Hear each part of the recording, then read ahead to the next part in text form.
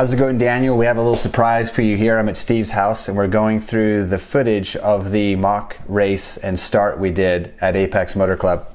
We're going to go through the video, stop it, pause it in certain areas and talk about your passing, where you can sharpen up some of your racecraft, highlight some of the areas that you've done really well. This is going to help and add another layer of icing to the cake right here. So if you watch this little blue circle, it's going to be used to highlight certain areas. There's Steve right there. As we roll into this video here, this is the virtual pace lap that we're kind of going through right here. So if you remember this day, Steve was the pole sitter, and at this point right here I was on the radio with you and had basically indicated that the pace car has pulled off right up here in turn 4. So at this point the whole field gets handed to Steve, who's on the left as you go up into turn 4. It's always fun to have a front row start.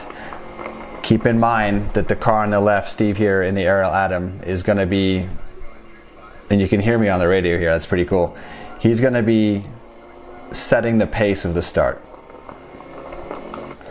So as you know, in this type of racing, everybody's going to go at the green flag right here. So you're kind of watching the green and you're also keeping an eye out on what Steve's doing at the same time. So this is where having that sixth sense and really understanding as a driver what's happening around you the whole time really comes into play. And I know you and I were working on this stuff quite a bit. And as you can see here with the little blue circle, you got these cars behind you. So these guys were pretty new to racing as well. When you get to the MX-5 Cup level, this car and this car are literally going to be a millimeter off your bumper, if not pushing you at this point. So just be ready for that. But this is the start here of our mock race at Apex.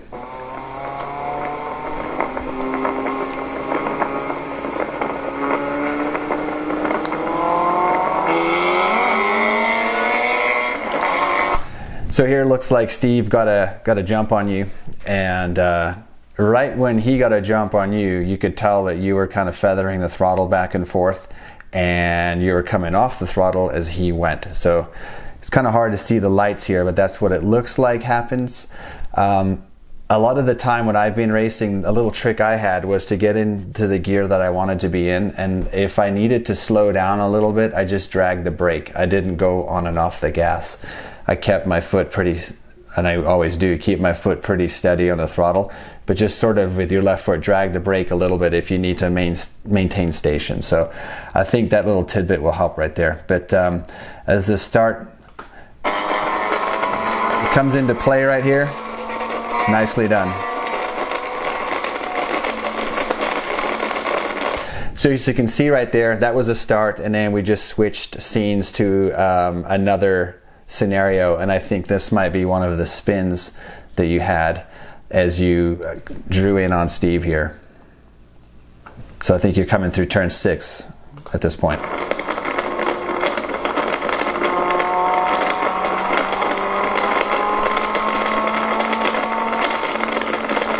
And your speed and your pace through here is really good. Your line through 7's looking good. As you can tell, the car that you're trying to pass went a little bit wide there, and that enabled you to suck in a bit. So at this point, you're getting closer and closer, and I could tell right here that you're sniffing around at that opportunity to pounce and to make a pass.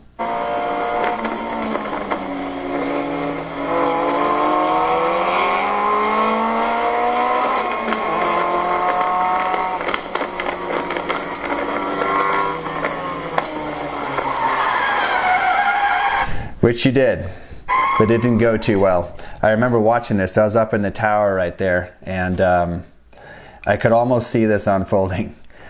So definitely appreciate the fact that you went for it, but there's a few things at play here that led to the spin.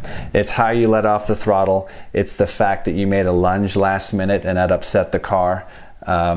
It's also the angle at which you go into turn 11 here, that none of it was really going to work out too well. So it's one of these deals in racing where that was a bit of a high risk shot at a passing attempt. And it's also in an area that's going to be reasonably difficult.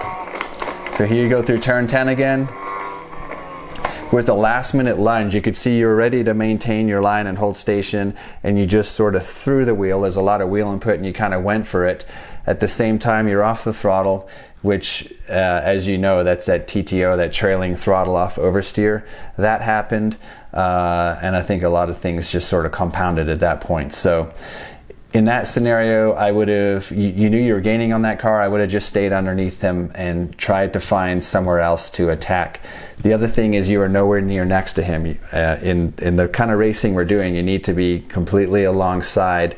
And I think we're lucky there that the driver there left space or saw you, and that there was no collision there, because they could have completely slammed the door on you and that would have just been no good. So after the spin, let's assume that we're full on racing here. So there goes the field by you. That's only 2 cars. Let's say it's a field of 35 cars. They're all coming through. At some point there's going to be a gap. In a race, the first thing I'm doing right now is looking for where the nearest corner worker is, because they're waving there'll be a waving yellow here, but that corner worker is also going to tell you when to go. They're giving you some information. So between what you can see and what the corner worker is telling you, look for the gap and get going as soon as possible. If this spin would have happened where there were no cars like there are right now, just get going as soon as you can. You can see right here, we're just sort of hanging out. You got to get going. You might have been waiting for Steve right here, but it's full on racing. Get going, just go. If the full course caution comes out or something else happens, they'll organize and arrange the field. But bottom line, go for it. You can still hear me on the radio here. Nice job on the hands though in the recovery. So your hand speed, nice and quick. So that's that scenario. Anytime you have a spin like that, just get it out of your head, regroup, take a deep breath. Don't get too over-psyched out about it. Your heart rate's up, you got to regroup. And you know, there's plenty of drivers that have had spins and won races. You know, ask Danny Sullivan, who spun and won the Indy 500. So these things are possible. So here's another scenario where you're coming up and out of turn 11. So this is a good one. This is where you pass Steve on the inside going into turn 1, which is rarely done, but in your case you did it. I love it. It was well executed. Your placement of your car was great. Your competitor knew where you were, and I think this whole thing just worked out really well.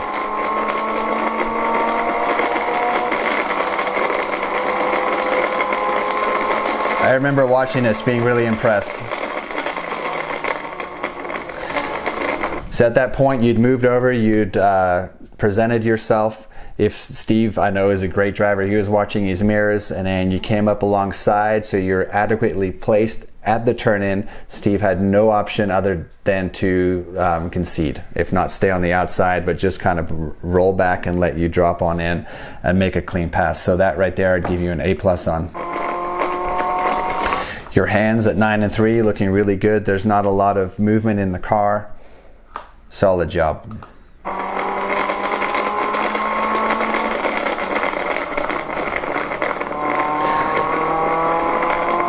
So this is a lot of footage that's been compressed into various scenarios here.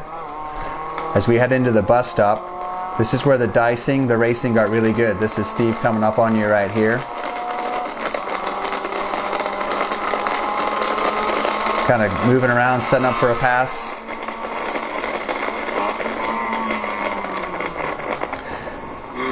And then right here, things kind of got a little bit wishy-washy. So Steve came up alongside you, made a really good pass himself. I think at this point,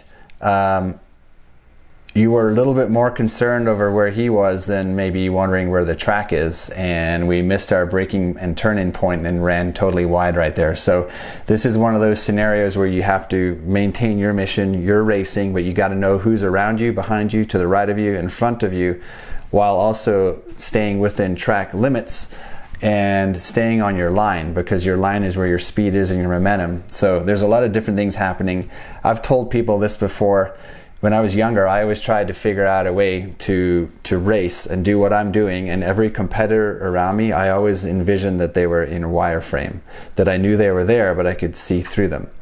It's a little trick that for me worked, but I think you got a little psyched out by Steve right there, and you missed your marks. That happens, but hopefully that this scenario here doesn't happen again. And in doing so, your lap time is not so good right here. I could see you had to drop likely down a gear, and your drive off and into the chicane here is also a little bit compromised. As you can hear, look at the gap that Steve's got on you here. So even though he made the pass, if you would have seen it just roll out, tuck straight in behind him, right up underneath his gearbox, and instead of this 15 car lengths, it could be 2 inches, just by being a little more patient. So I think that might be the key word here, is just being a little more patient and just let this stuff fall into your hands. It's no big deal that he passed you, because there are other parts of this track where we know, having watched this video, that you're actually quicker. So if you have the time, and you have some time, this is we're up to 30 or 40 minutes here to regroup, strategize, and attack later on.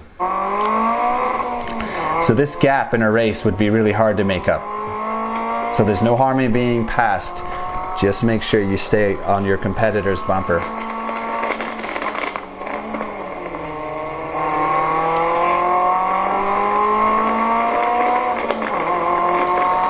One other small observation, I'm watching the wheel right here. There seemed to be just a little bit of shuffling.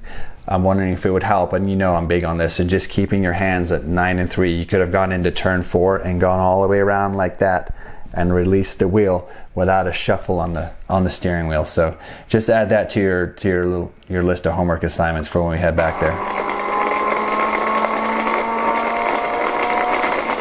Through turn 5. So here, you've got a nice run coming up on Steve. Where I would be right now is a little further over to the right. And you're closing in on him. Nice job. You can tell that he's running a little bit wide here, kind of leaving the door open. So I wasn't in the car at the time, but it looks like and sounds like there was so much of a door open there that if you could have rolled out of the brake a little sooner and just carried more momentum down, you could have gotten side by side with Steve at the turn-in. Looks like it, but you can tell Steve's being a little defensive right here. You're taking your exit. He's moved over to the left a little bit, which is totally allowable. As we know in racing and the rules at most of the races that we go to, there's one defensive move allowed per straightaway. So what Steve did there is totally fine. If he swerves back over to the right, that would be a little bit messy and technically speaking not allowed. But one defensive move is good, and you're allowed to do the same thing too. So just definitely remember that. One defensive move.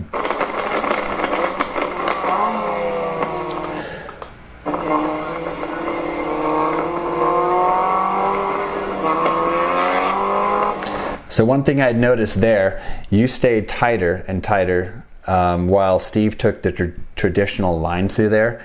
And coming out of 7, he got a little bit of a run or a gap on you again because you were just staying too tight. I think, again, patience here will help. If you stay to your traditional line, your exits will be the same as his, and you'll be there right on his bumper, because you always have to be on his bumper to make a move. So there's gains, and then there's places where we're losing it, and some of the stuff we're losing is just due to being a little bit too eager.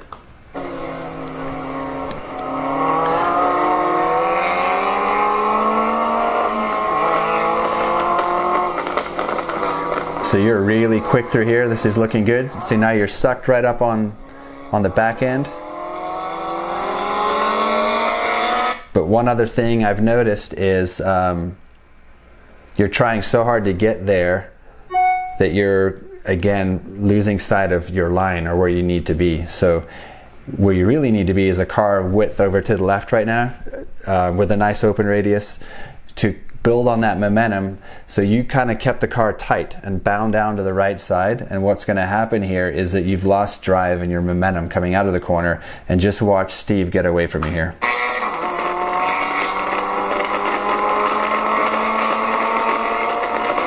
So in an area that you're really good, you were right there, but you just pinched down the corner too much and lost mile an hour. And even though, you know, turn 12 is a big, long, arcing right-hander, you could still, because it's flat out in this car, you can consider it a straight, if you will, because you're flat out. So, patience.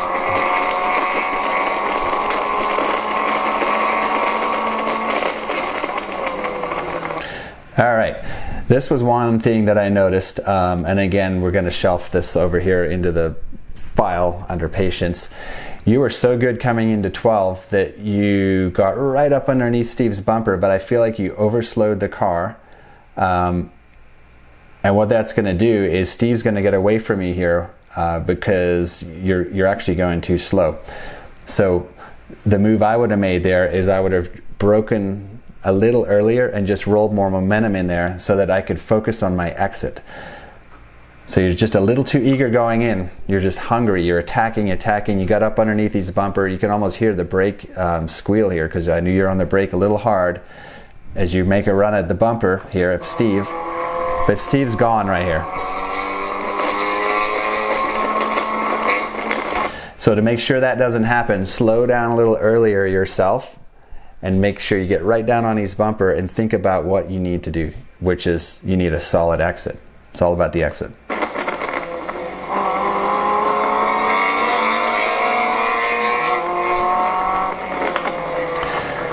Looking really racy through here. This is towards the end of the race, coming out of turn 3. And now you're moving around, you're getting a run at Steve. What I do like, and this is totally fine, is that you tucked in behind him, then you moved over to the right a little bit, and you're just sort of moving around. That's always fun to do because Steve over there is wondering what you're doing. So if you just kind of move around a little bit back there, you can kind of psych them out, because there's an element of psychology here in racing. So this is all good fun. But after that, you've made the decision, you're going to make a run at him. Steve knows you're coming.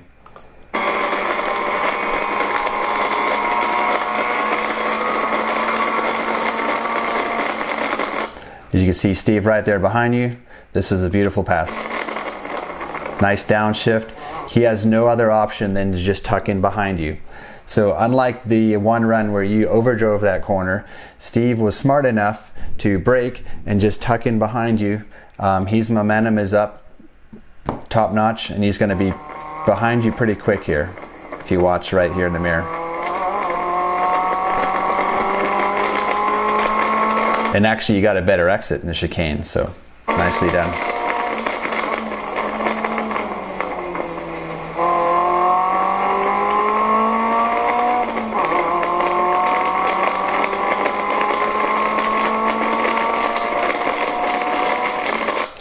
Right here, watch the rear view mirror. Steve's getting a monster run on you here. You do your job, you're facing forward, your eyes are laser focused on what you need to do, but out of your peripheral vision, you know he's coming. He's faded to the left. He's going to be alongside you here in a minute. There's a brake lockup coming from your competitor to the left. Because of all this that's going on, I think you're mentally focused on where he is and what he's doing, and you just turn in a little too late here. Instantly off the brake. Offline, brakes coming back on, and you're getting a big wobbly. Here comes the oversteer.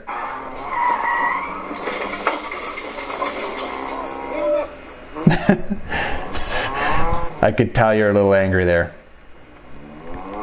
So that one there, Steve gets alongside you. You stayed out a little wide. There was a pretty aggressive release of the brake, and the car just kind of got light, and I think you're looking at him, you're looking down to the left side, and the car just got loose on you and spun. So this thing right here is one of those scenarios, and this is something you just learn over time, is focus on your line. Be aware of the fact that someone's there. If they're right next to you, leave them a lane. but focus on the line and the arc that you need to take. So one other thing we've noticed here at turn 6 is with the run that is coming here from Steve, remember you can make that one defensive move. At this point you could have faded the car over to the left and just sort of block the run he has, or just interrupt his momentum to where he has no choice other than to follow you or go around the outside at turn 6, which is possible but difficult and rarely done.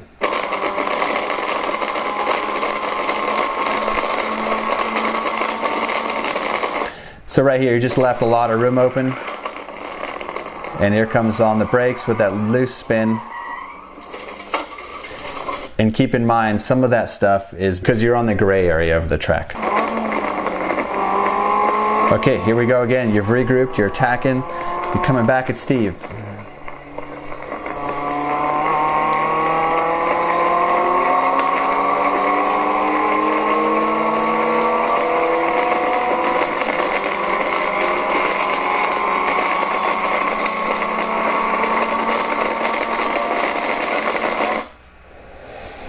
So this one here, there might have been a little more room because you'd made the pass sooner to fade over to the left a little bit so that you could widen that arc going into the chicane. That would keep your momentum up through there and help you go through there with a little bit less time. That'd be the only piece of feedback right there. But all in all, I think this is also a good pass.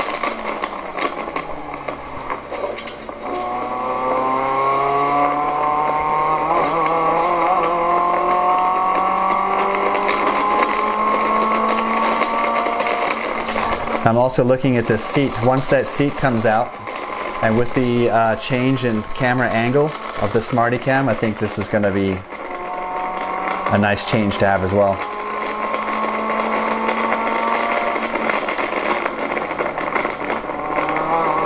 So right now you'll see the Earl Atom is starting to slowly gain on you, and there's certain areas where you pull away.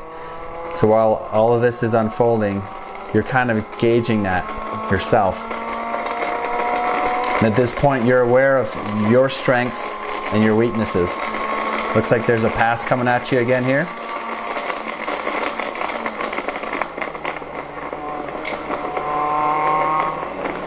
Nice job. So you made a run, you kept your composure. It didn't happen. Steve tucked in behind you again and you came through here looking good. And your speed looks good through here. The attitude of the car is good.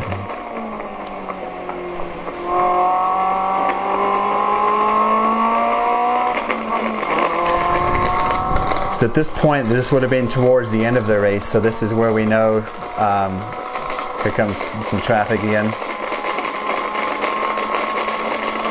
There he is right there. While all of this is going on, the tires are getting hot, you're getting hot.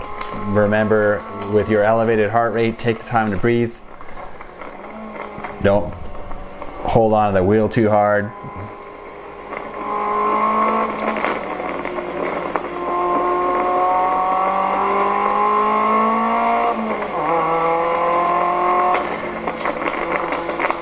And if you look at the distance you're pulling on him through here, this is your area of strength. Really good through that area.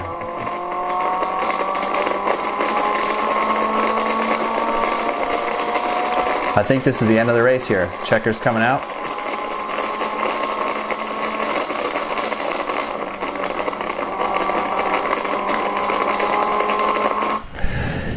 Beautiful job. So Daniel, I hope some of that helps. We've certainly had fun doing this, and I like that we were able to do this mock race and this mock start. One thing I'd like to do one of these days when we go back out to Apex is to do more of those side-by-side drills with you. I think that would be helpful and fun. With your progression in racing, we went straight to the Wolves and we went to Pro Auto and we did that race. I think what you're doing is great. This will all help you as you make your way over to MX5 Cup, which I hope with what's happening here is sooner rather than later. Nice job on everything and hope to talk to you soon.